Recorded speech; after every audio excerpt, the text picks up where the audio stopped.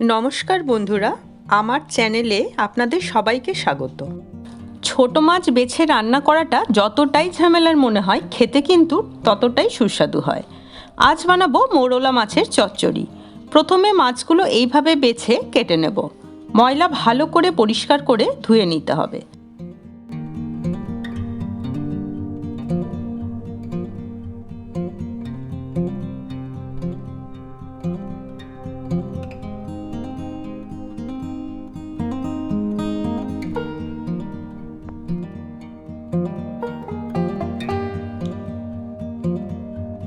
মাছ ভালো করে ধুয়ে নিয়ে কিছুটা নুন আর হাফ চামচ হলুদ দিয়ে মাখিয়ে কিছুক্ষণ রেখে দিচ্ছি।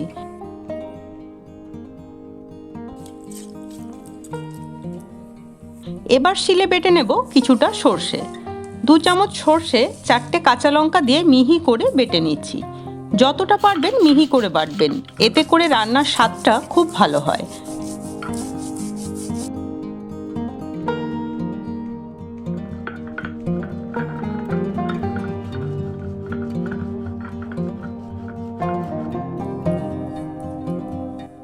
এবার এই বাটা সর্ষের মধ্যে দিয়ে দিলাম হাফ চামচ হলুদ আর হাফ চামচ কাশ্মীরি মির্চের গুঁড়ো।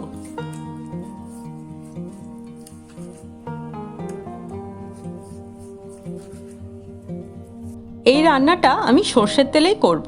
পরিমাণ মতো সর্ষের তেল গরম হতে দিলাম।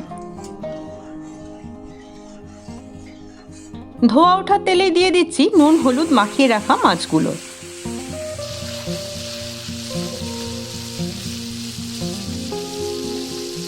মাছগুলো কিন্তু একদম কড়া করে ভাজবো না, এতে করে মাছের স্বাদ আর গন্ধ দুটোই চলে যায়।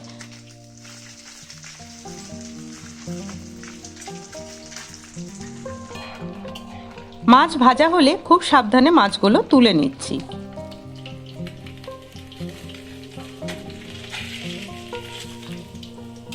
মাছ ভাজার তেলে দিয়ে দেব 1 চামচ কালো জিরে। ফোড়নের সুন্দর গন্ধ বেরোলে দিচ্ছি কেটে ধুয়ে রাখা একটা আলু। এখানে আমি আলুটা একটু মোটা করে আলু ভাজার মতো কেটে নিয়েছি। 2 থেকে 3 মিনিট ভাজার পর দেখুন আলুতে সামান্য রং ধরেছে। এই পর্যায়ে দেব 1 চামচ নুন আর কুচিয়ে রাখা একটা ছোট পেঁয়াজ। পেঁয়াজটা আলুর সঙ্গে ভালো করে মিশিয়ে আরও 1 থেকে 2 মিনিট ভেজে নেব। পেঁয়াজটা নরম হয়ে এলে দিয়ে দিচ্ছি একটা ছোট টমেটো কুচি। সামান্য নাড়াচাড়া করে দেব 2টো চেরা কাঁচা লঙ্কা আর বেটে রাখা সর্ষেটা। এখানে আমি সাদা সর্ষে ব্যবহার করেছি, আপনারা চাইলে কালো সর্ষেও ব্যবহার করতে পারেন। সর্ষে বাটা দিয়ে খুব বেশি ভাজবেন না, এতে করে তেতো হয়ে যাওয়ার সম্ভাবনা থাকে। 1 মিনিট ভাজার পর দিয়ে দেব 1.5 কাপ গরম জল।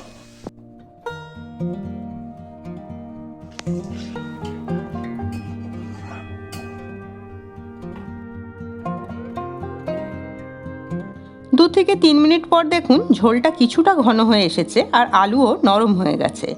এখানে ভেজে রাখা মাছগুলো দিয়ে ভালো করে মিশিয়ে নিচ্ছি।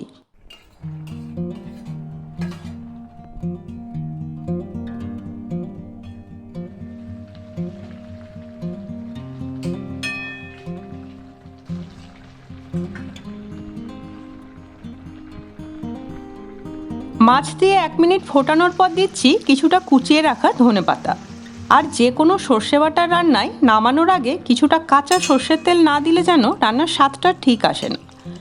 সর্ষের তেল দিয়ে মিশিয়ে নিলেই তৈরি মৌরলা মাছের চচ্চড়ি। গরম ভাতে পরিবেশন করুন এই চচ্চড়ি।